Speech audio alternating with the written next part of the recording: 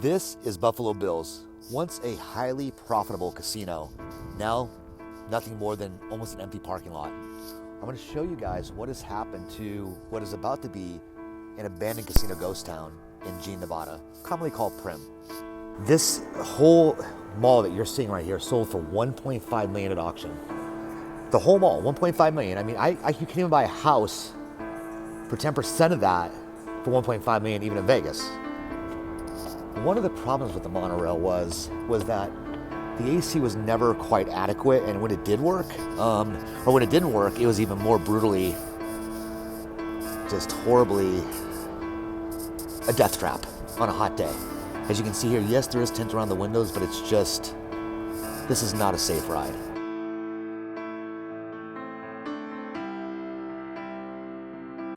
All right, guys, so here we are at Buffalo Bills. This is approximately 9:30 at night. This is kind of what you can expect in the middle of the night. It's very abandoned, very ghost townish, very surreal. Here you have a couple of lights on in the hotel because it definitely is not at capacity. In fact, all the cars in the parking lot, the majority of these cars are not actually operating here. They're not actually staying here. These are just cars that are actually laying over here for some road work being done down in California. It's a very eerie feeling. Now, Whiskey Pete's, that is closed. Now, the casino's open, but the hotel is closed. My understanding is that will eventually close. We're walking down the hallway right now, so this is what you can expect. This is going to the B level, or the B sector of Buffalo Bills. So as you go by here, you can expect to see, whatever new concerts are coming into town. So in this case, it's still Panther. So this is December 2023, going into January. We're past the half or midway point of December. This is a legend of what the hotel would look like right there. And then as we can see, we're going to be going to room 163. All right, guys, so I wanted to add this one last part in too. If you guys look right here, we just pushed the bed out, and this is all filthy under here. Look at this. Then the bed skirt in this one is And so the bed skirt's completely missing. No, okay. this one is dirty. So we got a bed skirt on this one, Dirty. but this is actually missing. So again, I think we have to knock this down to maybe a quarter star. Look at the how dirty is that? No. I see it, all Look right. at how dirty. Yeah, so you see right here, that's the bed skirt. So I don't know what somebody did, like if they somehow, I don't even know, but anyway. All right, so we're in a Buffalo Bills room right now, and as you can see right now, the beds are not terrible. They're definitely outdated, but the first thing that comes to mind in this room is the wallpaper is obviously in need of some revamping. The bulbs, one is blown out, one is working. So as you can see right there. But as we walk around here, the pictures, I've been here, coming here for many, many decades. And that picture is the same picture that's in every room almost. And that's been here for a long, long time. And there's nothing spectacular about that picture. It's a typical hotel picture, but that has not been revamped. So let's walk around here and see. Some of the things I kind of look for is things like this.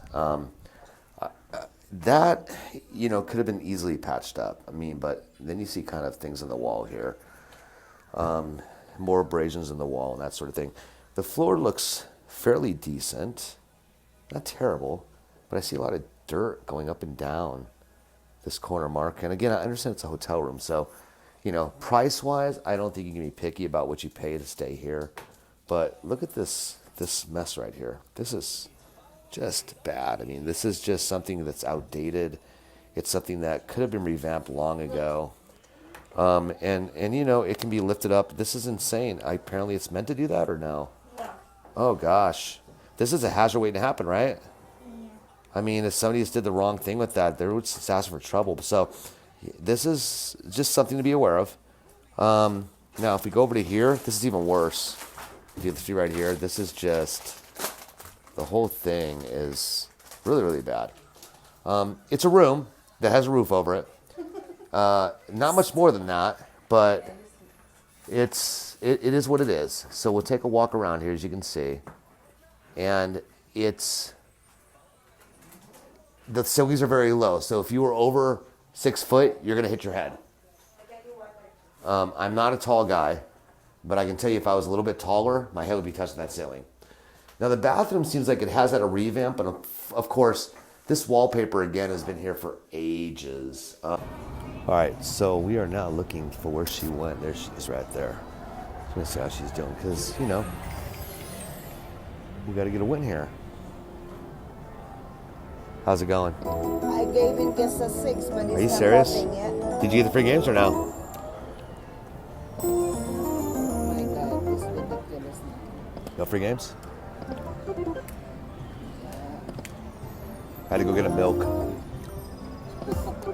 I did. It's my milk. Oh my gosh, it's like it should pop there, but does it? Oh, it's so close. It's so big. God. That's what she said.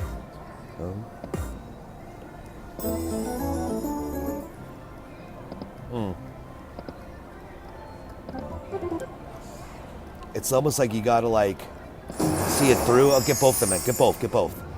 Oh my gosh. Like you're so close.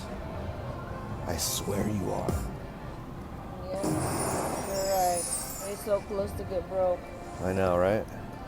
How about green then? That's the best one, the green. Come on. I already blew my allowance. I'll just go in the car and get this. All right, guys, so this is what we call the walk of shame, all right? So leaving out of here is state line. As you guys see, it's still, like I said in my other video, it's still kind of standing, if that makes sense. It's still kind of fun if you wanted to take the family out here for a good 12, 13 minutes. You might be entertained. Other than that, there's not going to be much activities. I mean, the arcade is, as if you watch my other video, it's not great. And it's just basic. But anyway, this is what it looks like in Primm Valley at 2 a.m. in the morning. It's cold as hell up here too. I'm not gonna lie to you. It's cold. It's like in the 30s. It feels like maybe 30s, maybe 40s, low 40s. I say 30s. But it's freezing. It is freezing. Let me tell you. Anyway, so yeah. So walk of shame. But one good thing is tomorrow's another day. As long as we're all still breathing, and as long as we're all still kind of able to, oh, I can't even talk, it's so cold. Jeez. As long as we're all still able to just kind of exist, we're good, right? So anyway, you can see here, this once was a mecca. It was just an absolute dynamic mall with all the outlet shops. You know, anything you can think of they had in here. And so we're gonna go to the store and see if this is actually closed. I thought there may have been one other shop still open. One of the first things I notice when I come into these doors right here is that it's not very clean. As you can see right here, there's indication that the mall still operates under a very small capacity. And as we walk through here, we can see that there are still people working, mopping the floors, that sort of thing. So there is somewhat of life that still exists in here, but not like it once was.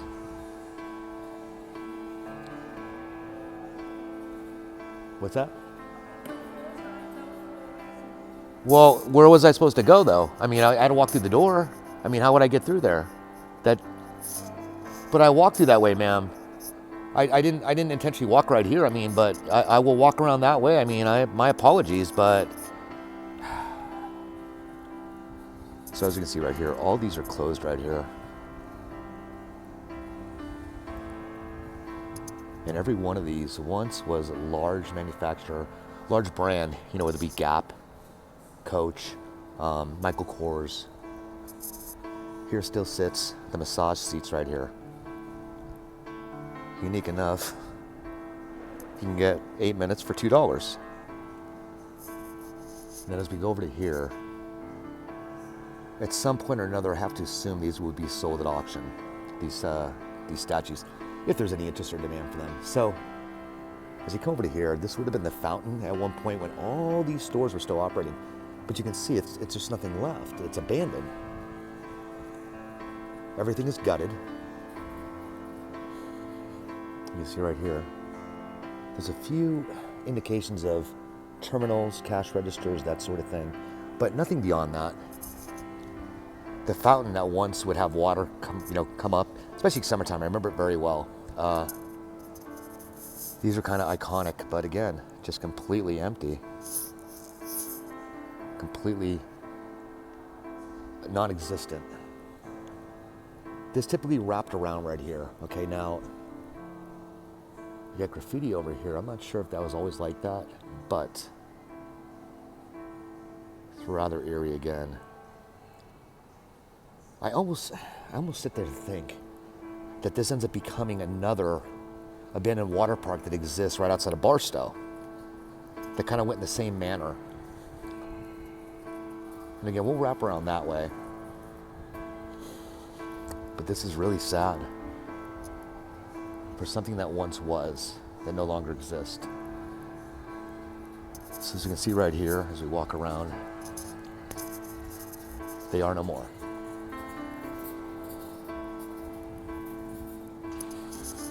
Nothing but shelves.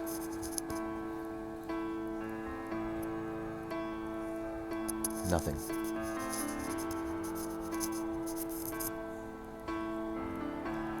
As you can see right here, it's the Gateway of the Dream, which apparently did not work out so well. Again, another empty store. So this was actually a larger mall that actually existed at one point. Ironically, we still have Bath and Body Works.